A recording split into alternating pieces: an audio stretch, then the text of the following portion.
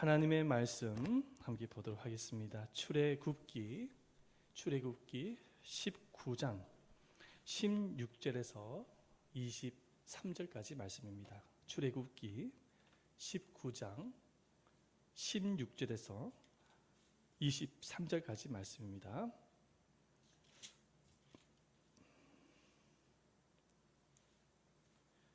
자, 우리 PPT를 한번 보시길 바랍니다. PPT에 잘 나오고 있습니다. 우리 다 같이 한 목소리로 함께 읽어보도록 하겠습니다. 시작. 셋째 날 아침에 우레와 번개와 빽빽한 구름이 산 위에 있고 나팔 소리가 매우 크게 들리니 진중에 있는 모든 백성이 다 떨더라.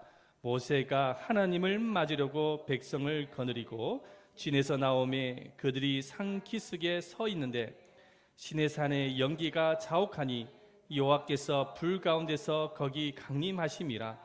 그 연기가 옹기 가마 연기같이 떠오르고 온 산이 크게 진동하며 나팔 소리가 점점 커질 때에 모세가 말한즉 하나님이 음성으로 대답하시더라. 여호와께서 시내산 곧 그 산꼭대기에 강림하시고 모세를 그리로 부르시니 모세가 올라가매 여호와께서 모세에게 이르시되 내려가서 백성을 경고하라. 백성이 밀고 들어와 나 여호와에게로 와서 보려고 하다가 많이 죽을까 하노라. 또 여호와께 가까이 하는 제사장들에게 그 몸을 성결히 하게 하라. 나 여호와가 그들을 칠까 하노라. 모세가 여호와께 아뢰되 주께서 우리에게 명령하신 이르시기를 산주에 경계를 세워 산을 거룩하게 하라 하셨사온즉 백성이 시내산에 오르지 못하리이다. 아멘. 할렐루야. 여러분들 모두에게 말씀의 큰 은혜가 임하시기를 예수의 이름으로 축원드립니다. 아멘. 신앙생활을 아주 잘하는 이비누과 의사가 있었습니다. 신앙이 좋은 의사라서 그런지 주변에 있는 목사님들이 병원을 찾으면 이 병원을 많이 찾았습니다. 그날 또 두 분의 목사님이 이 의사 선생님을 찾았는데 모두가 다 성대 과다 사용으로 치료를 받으러 온 목사님이셨습니다. 첫 번째 목사님에게 진료를 하신 이후에 의사가 말을 합니다. 목사님, 목을 너무 많이 사용을 하셔서 지금 문제가 생기는 것 같습니다. 그러니 설교를 하실 때에 설교 목소리를 조금 낮추어서 설교를 하시고 찬송가도 가급적 부르지 않았으면 좋겠습니다. 이제 그렇게 처방을 내렸습니다. 연이어서 다른 목사님에게도 똑같은 증상으로 목사님이 진료를 받으셨는데 두 번째 목사님에게도 처방을 내립니다. 목사님, 성대 과다복용으로 목사님 목에 이상이 있으신 것 같습니다. 그러니 설교를 하실 때 가급적 짧게 하시고 찬송가도 하실 때는 가급적 짧은 찬송가를 고르셔서 하셨으면 좋겠습니다. 그렇게 처방을 했다라는 것입니다. 네, 어디서 들리는 거죠? 네네. 그래서 목사님께서 이제 그렇게 처방을 내렸다라는 것입니다. 같은 증상인데 처방이 다른 것이죠. 그래서 옆에 그것을 보고 있었던 간호사가 의사 선생님에게 말을 합니다. 의사 선생님, 아니 같은 증상인데 어떻게 처방이 다릅니까? 첫 번째 목사님에게는 설교를 가급적 톤을 낮춰서 말씀하시고 두 번째 목사님에게는 가급적 설교를 짧게 하라고 말씀하시고 도대체 처방이 다른 이유가 무엇입니까? 이제 그렇게 물었다는 것입니다. 그랬더니 의사 선생님이 하시는 말씀이 두 번째 목사님은 저희 담임 목사님이시거든요. 대답했다는 것입니다. 우리 목사님은요 설교를 너무 길게 하셨어요. 이 방법밖에는 설교를 짧게 할 수 있는 방법이 없다고 판단이 되어서 그래서 설교를 짧게 하도록 하기 위해서 그런 처방을 내렸다는 것입니다. 누군가가 웃자고 만든 얘기지만 요즘 교회들 중에는 이 설교 시간이 길거나 예배 시간이 긴 것을 싫어하는 성도들이 있습니다. 예배 시간이 긴 것을 싫어하는 이유가 무엇이냐니까 하나님을 갈망하는 마음, 말씀의 은혜를 사모하는 마음이 부족하거나 없기 때문입니다. 그래서 어떤 기독교 단체의 조사에 의하면은 예배에 참석하는 5명 중에 3명은 하나님을 갈망하고 말씀의 은혜를 사모하는 마음으로 참여하기보다는 종교적인 습관을 쫓아서 참석을 한다라는 조사가 되어졌다는 것입니다. 그리고 3분의 1은, 교회에 나오시는 3분의 1은 단 한 번도 하나님의 임재를 경험하지 못한 사람이라고 고백을 했다는 것입니다. 그래서 TV 앞에서나 게임기 앞에서는 오랫동안 앉아 있을 수 있지만은 이 예배 자리는 너무나도 고리따분하고 지루하게 생각하시는 분들이 참으로 많은 것입니다. 그래서 목사님이 축도를 하고 난 이후가 되면은 총알같이 다 교회를 빠져나가서 세상의 즐거움을 쫓아서 살아가는 그런 분들이 얼마나 많이 있는지 모릅니다. 여러분, 오늘 이 크리스찬들의 예배가 점점 죽어가고 있고 믿음의 야성도 식어가고 있는 그 이유가 무엇일까요? 여러 이유가 있겠지만은 가장 근본적인 이유가 무엇이냐면은 하나님의 임재를 사모하지 않기 때문입니다. 한번 따라해 보십시다. 하나님의 임재를 사모하지 않기 때문이다. 여러분, 하나님의 임재가 없는 예배는 죽은 예배입니다. 하나님의 임재가 없는 기도도 사실은 죽은 기도예요. 하나님의 임재가 없는 삶도 여러분 아무런 승리를 선포할 수 없는 실패, 크리스찬으로서 실패의 삶을 살아갈 수밖에 없는 것입니다. 하지만 반대로 하나님의 임재가 있는 예배는 정말 감동과 기쁨과 평강이 가득한 살아있는 예배이며 하나님의 임재가 있는 기도는 보다 더 친밀한 하나님의 교제를 나눌 수 있기 때문에 생명이 있는 기도인 것입니다. 하나님의 임재가 있는 삶은 날마다 승리의 삶을 살아갈 수밖에 없는 삶인 것입니다. 자, 그렇다면 여러분, 하나님의 임재 안에서 승리의 삶을 살기 위해서는 어떻게 해야 하는 것일까요? 한번 따라해 보십시다. 하나님의 임재를 갈망해야 한다. 하나님의 임재를 갈망할 수 있어야 돼요. 하나님의 임재를 갈망하는 성도들에게 하나님이 임재하시는 것입니다. 하나님의 임재를 갈망하지 않는 성도들에게는 결코 하나님이 임재하지 않습니다. 이 사실을 오늘 본문을 통해서 살펴볼 수가 있는데요. 오늘 본문을 보면은 하나님의 임재를 갈망하는 사람들을 만나볼 수가 있습니다. 바로 이스라엘 백성들입니다. 이들은 정말로 자신들이 애굽에서 노예 생활을 하고 있었을 때 하나님의 특별한 은혜를 통해서 구원을 받은 백성들입니다. 하나님의 구원의 은혜를 받고 난 이후에 이들의 마음의 소망 가운데 한 가지가 뭐냐면은 우리를 구원해 주신 하나님을 만나는 것이었습니다. 정말 모세가 호렙산 가시나무 떨기 가운데에 하나님의 불꽃 가운데 임재하셔서 만났던 것처럼 이 이스라엘 백성들도 하나님을 만나고 싶었던 것이죠. 그런데 이들의 소원을 하나님은 너무나도 잘 알고 계셨습니다. 그래서 이들이 출애굽을 하고 난 3개월이 되던 해에 하나님께서 시내산에 강림을 하십니다. 시내산에 강림을 하셔서 하나님은 영광의 자신의 임재를 이스라엘 모든 백성들에게 보여주기를 원하였습니다. 그래서 하나님은 자신의 그 영광의 임재를 보여주기 위해서 몇 가지 상황을 준비를 하도록 지시를 합니다. 첫째는 뭐냐면은 몸과 마음을 성결하게 하라는 것입니다. 그래서 하나님은 모세에게 말씀을 합니다. 이스라엘 백성들이 옷을 빨게 하고 몸과 마음을 성결하게 한 이후에 하나님의 임재를 기다릴 것을 전하라고 말씀을 하십니다. 그래서 우리가 이 말씀을 한번 읽어보겠습니다. 10절과 11절 말씀 함께 읽어보도록 하겠습니다. 시작.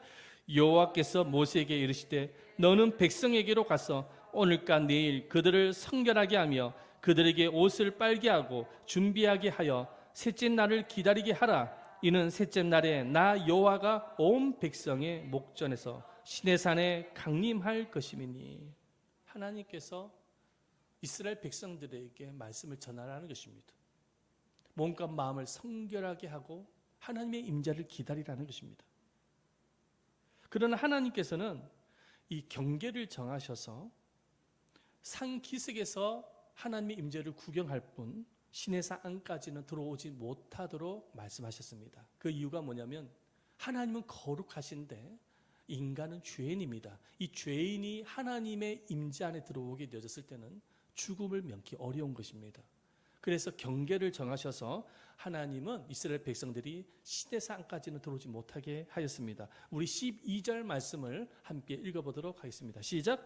너는 백성을 위하여 주위에 경계를 정하고 이르기를 너희는 삼가 산에 오르거나 그 경계를 침범하지 말지니 산을 침범하는 자는 반드시 죽임을 당할 것이라. 산을 침범하는 자는 죽임을 당한다. 하나님께서 말씀하십니다.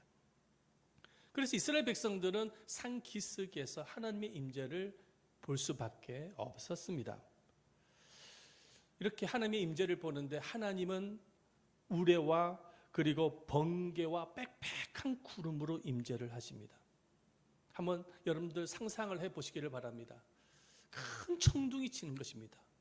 큰 청둥이 우레의 소리가 들립니다. 그리고 번쩍하더니 섬광과 같은 번개가 눈에 보이기 시작합니다.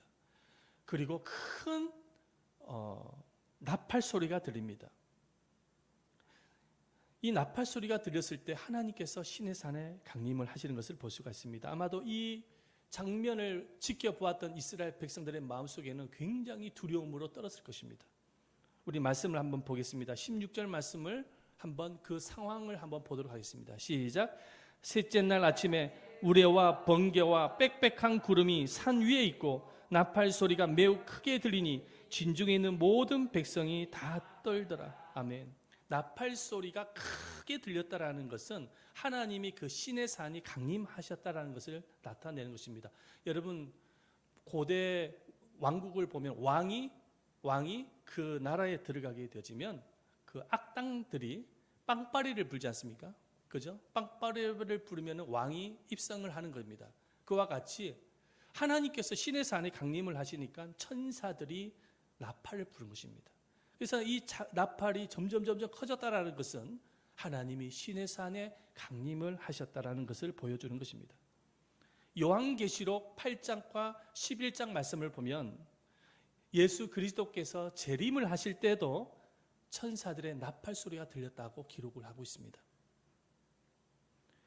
이처럼 하나님의 임재는 우레와 나팔 소리를 통해서 청각적으로 그리고 번개와 빽빽한 구름을 통해 시각적으로 시내산에 임재하셨습니다. 자, 그런데 시간이 흘러서 하나님은 보다 더 백성들에게 더 가까이 임재하기를 원하셨습니다. 그래서 하나님이 이스라엘 백성들에게 명령했던 것이 무엇이냐면 성막을 만들라고 말씀하신 것입니다. 그 성막에 하나님이 임재하셔서 이스라엘을 만나시고 그들을 인도하기를 원하셨던 것입니다. 우리 출애굽기 40장 34절과 35절 말씀도 읽어봅니다. 시작. 구름이 회막에 덮이고 여호와의 영광이 성막에 충만하며 모세가 회막에 들어갈 수 없었으니 이는 구름이 회막 위에 덮이고 여호와의 영광이 성막에 충만함이었으며 36절 말씀도 읽어봅니다. 시작. 구름이 성막 위에서 떠오를 때에는 이스라엘 자손이 그 모든 행진하는 길의 앞으로 나아갔고. 아멘. 이렇게 하나님은 성막에도 임재하셔서 백성들을 인도하는 것을 볼 수가 있습니다. 자, 그렇다면 오늘날 하나님은 어떻게 임재하실까요? 우리가 살고 있는 현재 하나님은 어떻게 임재하실까요? 구약 때처럼 우레와 번개와 구름과 불로 임재하실까요? 그렇지가 않습니다. 자, 오늘날 하나님은 어떻게 임재하시냐면 성령님으로 임재하시는 것입니다. 성령님으로 임재를 하세요. 우리가 주님의 임재를 사모하는 마음으로 예배를 드리고 기도하고 말씀을 들을 때 눈에 보이지는 않지만 성령 하나님께서 여러분들 각자에게 임재하시는 것입니다. 그래서 오늘날의 주님의 임재와 구약시대 때의 주님의 임재는 차이가 있습니다.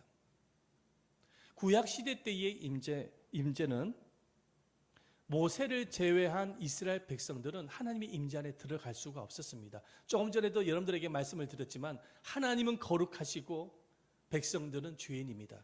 이 죄인이 하나님의 거룩한 임재 안에 들어갈 수 없는 것이죠. 왜냐하면 들어갔다가는 죽음을 면기 어렵기 때문에 그렇습니다. 그래서 사랑이 많으신 하나님은 모든 백성들이 하나님의 임재 안에 들어올 수 있도록 2000년 전에 길을 만들어 놓으셨습니다. 그 길이 뭐냐면 독생자 예수 그리스도를 세상에 보내주셔서 우리 죄를 대신하여 십자가에서 죽게 하심으로 우리의 모든 죄를 청산해 주신 것입니다. 우리가 죄를 가지고 하나님의 임재 안에 들어갈 수 없었지만은 그리스도께서 대신하여 십자가에서 죽어주심으로 인하여서 여러분 우리 모두가 다 이제는 예수의 보혈의 능력으로 하나님의 임재 안에 들어갈 수 있는 길이 생기게 되어진 것입니다. 그래서 히브리 기자는 오늘 이 모든 교회 성도를 향해서 이렇게 외치고 있지요. 우리 다 같이 한 목소리 읽어봅니다. 히브리서 4장 16절 말씀이죠. 읽어보겠습니다. 시작. 그러므로 우리가 긍휼하심을 받고 때를 따라 돕는 은혜를 얻기 위하여 은혜의 보좌 앞에 담대히 나아갈 것이니라. 아멘. 은혜의 보좌 앞에 담대히 나아갈 것이라고 말씀을 하고 있습니다. 왜냐하면 그리스도께서 십자가 보혈의 능력으로 은혜의 보좌 앞에 나아갈 수 있는 길을 만들어 놓으신 것입니다. 여기서 말씀하고 있는 은혜의 보좌라는 것은 바로 하나님의 임재를 상징합니다. 때를 따라 돕는 은혜를 얻기 위하여 하나님의 임재 안에 담대히 나아갈 것이니라. 이렇게 해석할 수가 있는 것입니다. 할렐루야. 그래서 우리가 정말로 하나님의 임재를 사모하는 마음으로 예배를 드리고 기도하고 주님의 임재 안에 나아갈 수가 있어야 되는 것입니다. 자, 그렇다면 구체적으로 하나님의 임재란 무엇일까요? 하나님의 임재는 무엇일까요? 자, 한자의 뜻을 보니까 하나님의 임재에서 임은 임할 임에, 재는 있을 재, 그래서 임하여 있다라는 의미를 갖고 있어요. 그래서 하나님의 임재라는 것은 뭐냐면 하나님께서 개인이나 단체나 어느 장소나 공간에 임하셔서 계신다라는 의미를 가지고 있는 것입니다. 성경을 보면 하나님은 인간 세상의 임재를 얼마나 소망을 하고 계셨는지를 알 수가 있어요. 그래서 성경을 보면 임재에서 시작해서 임재로 끝나는 것을 보게 되었습니다. 하나님은 천지 만물을 창조하셨습니다. 그리고 인간을 만드셨습니다. 그리고 그 인간이 에덴 동산에서 살게 하셨습니다. 그런데 하나님은 그 에덴 동산에 임재하셔서 인간을 만나십니다. 뿐만 아니라 하나님은 시내 산에도 임재하셨고 성막에도 임재하십니다. 그리고 신약 시대가 되어졌을 때에는 하나님이 인간의 몸으로 세상에 임재하십니다. 그분이 예수 그리스도이십니다. 예수님께서 십자가에서 돌아가시고 부활 승천하시고 난 이후에 오순절 날에는 하나님이 성령으로 임재하십니다. 그리고 예수님이 재림을 마지막 때 요한계시록 말씀을 보면은 마지막 때에 예수님께서 재림으로 이 세상에 임재하셔서 영원토록 백성들과 함께 하는 것을 볼 수가 있습니다. 이렇게 하나님은 이 세상에 임재를 소망하셨어요. 자기 백성들에게 임재하기를 원하셨어요. 그 이유가 뭐냐면 사랑하는 백성들을 그 임재를 통해서 만나기를 소망하셨던 거예요. 하나님이 저와 여러분들의 만남을 얼마나 기대하고 있고 소망하고 있는지를 아십니까? 여러분이 하나님을 만나기를 소망하는 것보다 하나님이 여러분들을 만나기를 더 소망하고 있다는 사실을 믿습니까? 아멘. 네, 예배 시간에는 전화를 하시면 안 됩니다. 자, 그렇다면 여러분, 누가 하나님의 임재 안에 들어갈 수가 있을까요? 하나님의 임재 안에 누가 들어갈 수 있습니까? 바로 하나님의 임재를 사모하는 사람이 하나님의 임재 안에 들어갈 수가 있는 거예요. 하나님의 임재를 갈망하는 백성들만이 하나님의 임재 안에서 주님을 만날 수가 있는 것입니다. 하나님께서 친히 우리 자신과 교회에 임재하기를 원하시는 이유는 뭐냐면, 누구든지 하나님의 임재 안에 들어올 때에 구원을 받게 되어지고 치유와 회복의 역사가 있게 되어지고 삶의 변화를 가질 수 있기 때문입니다. 여러분, 위대한 선지자 엘리야 잘 아시죠?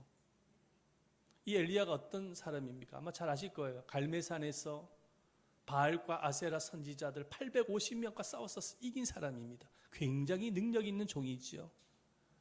이스라엘에 3년 6개월 동안 비가 오지 않았을 때, 산꼭대기에 올라가서 기도를 했을 때 소낙비를 내리게 했던 그러한 사람이 바로 엘리야입니다. 하나님의 능력이 있는 종입니다. 자, 그런데 말이죠, 이세벨 여왕이 엘리야를 죽이려고 달려들 때에 엘리야는 너무도 겁을 먹어가지고 도망자 인생을 살아가게 되십니다. 어디로 도망을 갑니까? 광야로 도망을 가요. 광야로 도망가면 안 잡히니까 광야로 도망가는 거예요. 도망의 인생을 살아가면서 얼마나 마음에 절망과 두려움이 많았는지 몰라요. 너무 절망이 커가지고 인간적으로 탈진할 정도로 탈진이 되어져서 로뎀 나무 밑에서 차라리 하나님 나의 생명을 가져가시라고 그렇게 기도하는 엘리야의 모습을 볼 수가 있습니다. 여러분, 능력 있는 종입니다.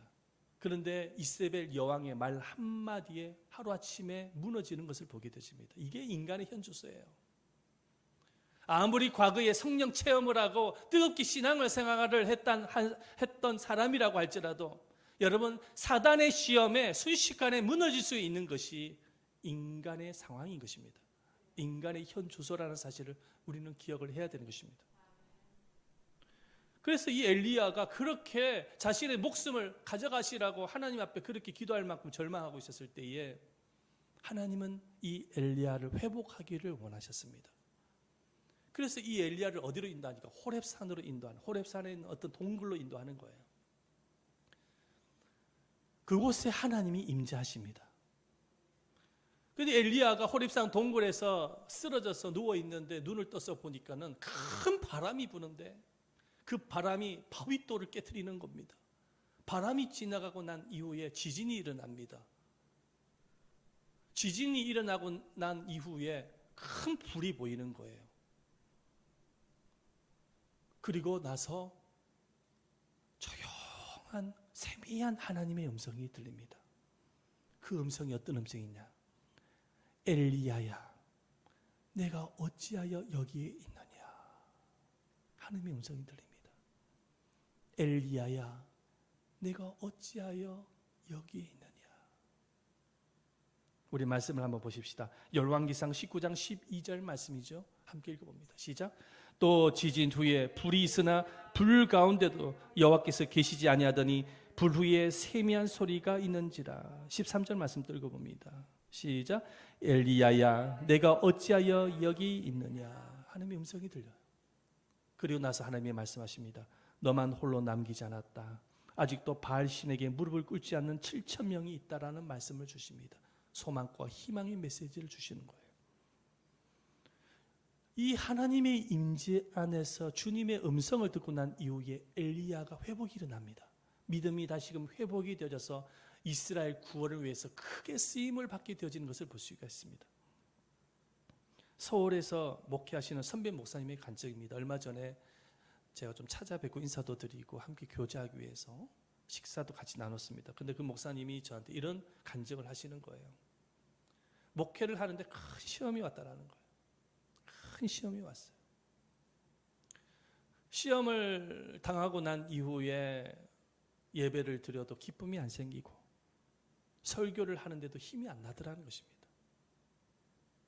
탈진 증세가 온 거예요. 교회에 대한 걱정과 근심이 밀려옵니다. 파도처럼 밀려와요. 교회만 쳐다보면은, 교회 안에만 있으면은 평안이 아니라 근심 걱정인 거예요. 그러니까 목사님이 이 문제를 해결하기 위해서 기도원에 올라갑니다. 근데 기도원에 가서 기도를 해도 풀리지 않는 거예요. 그런데 그 기도원에서 누구를 만나냐니까 은퇴하신 목사님을 만납니다. 근데 은퇴한 목사님이 뭐라고 조언을 해주시자니까 목사님에게 이런 조언을 해줬다는 것입니다. 하나님의 임재가 있는 예배에 들어가셔서 그곳에서 찬양하고 기도하고 주님의 음성을 들으세요. 그 말씀을 조언하신 거예요. 그래가지고 목사님께서 하나님의 임재가 있는 예배가 어디 예배가 있는가 살펴봤지만은 보이질 않더라는 거예요. 그런데 저 부산의 어떤 컨퍼런스에 참석을 하게 되어졌는데 목사님이 말씀하신 대로 중간에 앉으셔가지고 하나님을 찬양하고 기도하고 말씀을 듣는데 하나님의 임재가 머리끝에서 발끝까지 부어지는 것입니다. 그러면서 하나님의 음성을 듣습니다. 귀에 들리는 음성입니다. 마음의 음성이 아니라.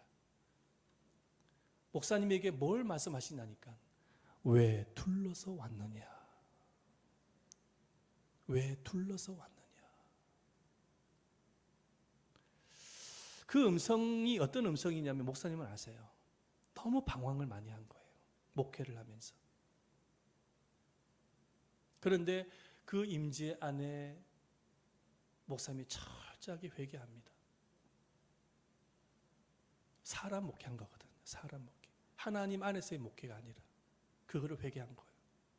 하나님의 음성을 듣는 거예요. 왜 둘러서 왔느냐? 그 음성을 듣고 난 이후에 목사님의 목회가 살아납니다. 믿음이 부여해지는 거예요. 두려움이 안 생기는 거예요. 능력이 나타나기 시작합니다. 여러분, 하나님의 임재 안에 들어갈 때 비로소 내 영혼이 살아나게 되어지고 믿음이 살아나게 되어지고 기쁨이 회복이 되어지고 삶의 변화가 일어날 수가 있는 것입니다. 하나님의 임재 안에 들어가지 아니하면 죽을 수밖에 없어요. 예배도 죽게 되어지고 기도도 죽게 되어지고 여러분들의 믿음도 죽을 수밖에 없는 것입니다. 반드시 아셔야 됩니다. 내가 가는 모든 길이 막히게 되어지고 의지와 희망이 무참히 꺾이게 되어지고 계획이 허망하게 무너질지라도 우리가 주님의 임재 안에 들어가서 주님의 음성을 듣게 되어지면 주님은 새로운 믿음과 능력을 주시고 새 소망과 희망을 주셔서 선한 길로 인도해 주시는 것입니다. 여러분, 우리의 믿음의 생활이란, 우리의 신앙의 생활이란 끊임없는 영적 전쟁입니다. 사단이 가만히 내버려 두겠습니까? 이 세상은 사단의 손아귀에 있는 것입니다. 이 세상의 세속주의가 얼마나 교회 안에 우리들의 심령 안에 파고 들어오려고 하는지 모릅니다. 세속주의가 여러분들의 심령 속에, 여러분들의 정서 안에, 생각 속에 들어오게 되어졌을 때 하나님을 갈망하기보다는 세상을 갈망할 수밖에 없게 되어진 것입니다. 마귀의 짓인 것이죠. 하나님을 갈망하게 되어지지 아니하면, 하나님의 임재를 사모하지 아니하면 하나님의 영이 떠나는 것입니다. 그렇다면 하나님의 임재는 어떤 사람에게 임하는 것일까요? 그 해답을 성경에서 찾을 수가 있어요. 우리 말씀을 보십시다. 잠언 8장 17절 말씀이에요. 잠언 8장 17절. 시작. 나를 사랑하는 자들이 나의 사랑을 입으며 나를 간절히 찾는 자가 나를 만날 것이라. 하나님을 사랑하는 자들이 하나님의 사랑을 입고 하나님을 간절히 찾는 자가 만난다는 거예요. 하나님의 임재는 하나님을 갈망하는 사람에게, 하나님의 얼굴을 간절히 찾는 이들에게 임하는 것입니다. 그래서 하나님의 임재 안에 들어가기 위해서는 두 가지가 필요한데요. 자, 첫 번째, 다 같이 한번 읽어보십시다. 시작. 교회 안에서 하나님의 임재를 갈망해야 합니다. 교회 안에서 하나님의 임재를 갈망해야 되는 것입니다. 그 이유가 뭐냐면 하나님은 교회 안에 임재하시거든요. 성경은 이렇게 말씀을 하고 있습니다. 에스겔서 48장 35절 말씀이에요. 에스겔서 48장 35절 다 같이 한번 읽어봅니다. 시작. 그 사방의 합계는 18,000척이라 그날 후로는 그 성읍의 이름을 여호와 삼마라 하리라. 여호와 삼마. 자, 여호와 삼마란 어떤 의미냐면 보여주세요. 여호와께서는 거기 계시다라는 의미입니다. 근데 거기가 어디입니까? 바로 18,000척이라는 것은 성전을 말하는 거예요. 교회를 말하는 거예요. 하나님이 교회에 계신다는 거. 예수님께서도 내 집이라고 하셨어요. 나의 집. 내 집은 만민이 기도하는 집이라. 나의 집이라고 말씀하셨어요. 마태복음 18장 20절 말씀에 이렇게 기록을 하고 있습니다. 다 같이 한번 읽어봅니다. 시작. 두세 사람이 내 이름이 모은 곳에는 나도 그들 중에 있느니라. 두세 사람이 내 이름으로 모인 곳이 어디입니까? 교회입니다. 지금 우리가 모여서 예배를 드리는 이 현장인 것입니다. 보이진 않지만 성령 하나님이 임재하고 계시는 것입니다. 교회에 모일 때에 주님이 임재를 체험할 수가 있고 만날 수가 있게 되어지는 것입니다. 그래서 교회 안에서 하나님의 임재를 갈망하는 마음으로 예배를 드리고 기도하고 말씀 듣고 찬양할 때에 그 사람에게 하나님이 임재하시는 것입니다. 그리고 주님의 음성을 들을 수가 있어요. 내 마음에 갈망하는 없이 종교적인 습관을 쫓아서 자리에 앉아 계시다고 한다면 여러분 백날 가봐야 하나님의 임재를 몸 안에 들어갈 수가 없는 것입니다. 자, 두 번째는 다 같이 한번 읽어봅니다. 시작. 교회 밖에서 하나님의 임재를 갈망해야 합니다. 교회 밖에서 하나님의 임재를 갈망해야 돼요. 하나님의 임재를 교회 안에서만 특별히 나타나는 것으로 한정해서도 안 됩니다. 그 이유가 뭐냐면 하나님은 세상에 충만하시고 그리고 주의 자녀의 전 삶에 동행하고 계시기 때문인 것입니다. 그래서 교회 안에서 하나님의 임재를 누렸다고 한다면 이제는 교회 밖에서 하나님의 임재 속에서 인생을 살 수 있어야 되는 거예요. 교회 밖에서도 하나님의 임재 안에서 삶을 살 수가 있어야 되는 것입니다. 날마다 하나님을 의식하는 삶. 여러분들의 생각 속에 늘 하나님께 고정이 되어 있는 것입니다. 의식하는 삶. 하나님을 의식을 할 때에 임재가 일어나는 거예요. 하나님을 의식하면서 직장 생활을 하고 가사 일을 하고 공부를 하고 운전을 하고 늘 하나님을 의식하는 거예요. 하나님을 의식하면서 하나님을 찬양하고 기도하고 말씀을 묵상하면서 살아가야 되는 것입니다. 그게 주님과 동행하는 인생인 거예요. 교회 안에 와가지고는 하나님을 찾고 교회 밖에 나가서는 하나님을 전혀 찾지 아니한다면 하나님의 영이 그 사람과 함께 할 수가 없는 겁니다.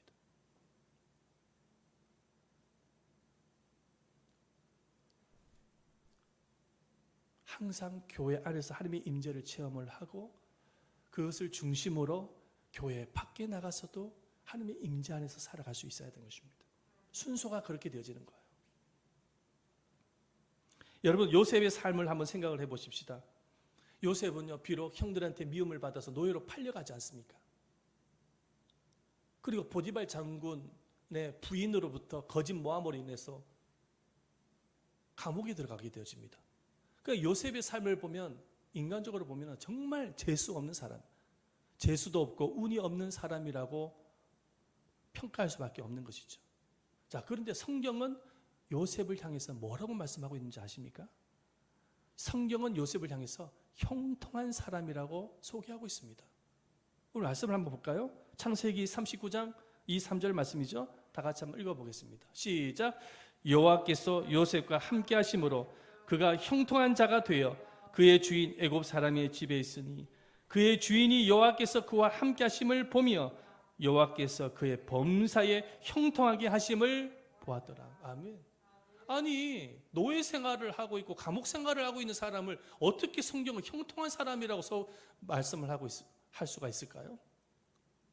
여러분들 형통한 사람 맞습니까? 감옥살이를 하고 있고 말이죠, 노예 생활 얼마나 힘듭니까? 그런데 형통하대요. 성경은 요셉이 형통한 사람으로 소개가 되고 있는 이유가 무엇일까요? 그 이유는 딱 한 가지예요. 비록 노예의 인생을 살게 되어지고 감옥의 인생을 살게 되어지지만 요셉은 날마다 하나님의 임재 안에서 살았기 때문입니다. 하나님의 임재 안에서 하나님이 늘 함께 하셨던 거예요. 그래서 노예 인생을 살지만은 하나님 앞에서 성실하게 일을 했던 것입니다. 그래서 보디발 장군으로부터 인정을 받아가지고 가정 총무가 되어지고, 감옥 속에서도 말이죠, 성실하게 하나님과 함께하는 것을 간수장이 보면서 간수의 역할을 맡기게 되어지는 것입니다.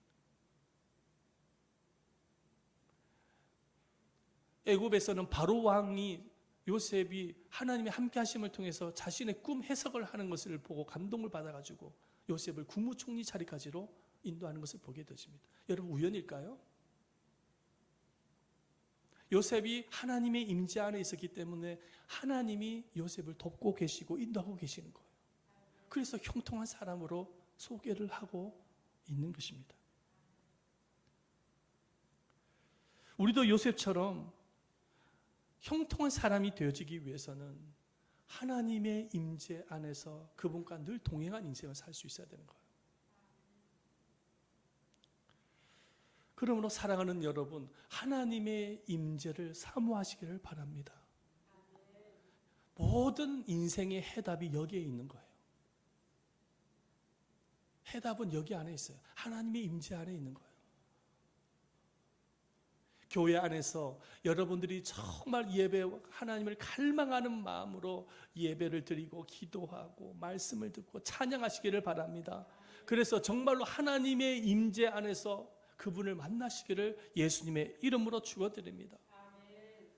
그리고 교회에서 만난 그 하나님을 바탕으로 교회 밖에서도 하나님의 임재 안에서 그분을 날마다 만나시기를 예수님의 이름으로 축원드립니다. 여러분들의 마음속에 하나님을 갈망하는 마음으로 사모하는 마음이 있을 때 주님은 오셔서 여러분들을 인격적으로 만나게 하실 거예요. 여러분들의 연약한 육체의 질병도 하나님을 만나면 치료가 되어지는 것입니다. 우리의 영혼만 구원하시는 것이 아니에요. 주님의 임재 안에 들어가게 되어질 때 주님은 오늘날에도 동일하게 역사하시는 것입니다. 인생에 어떠한 문제가 있다고 할지라도 하나님의 임재 안에 들어가게 되어지면 엘리야를 회복시켰던 하나님은 여러분들의 인생의 문제도 해결해 주시는 것입니다.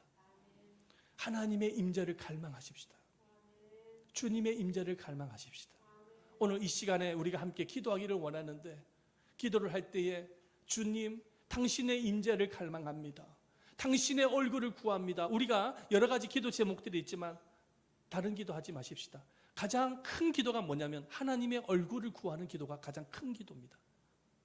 우리 모두가 다 하나님의 얼굴을 구하면서 기도하십시다. 주님의 얼굴을 구합니다. 주님, 우리에게 임하여 주시옵소서. 임재하여 주시옵소서. 우리의 영혼 속에 임하여 주시옵소서. 주님의 임재 안에 주님의 음성을 듣게 하여 주시옵소서. 주님을 만나게 하여 주시옵소서. 우리 한번 이 시간에 간절한 마음으로 주여 삼창하며 통성으로 기도하도록 하겠습니다.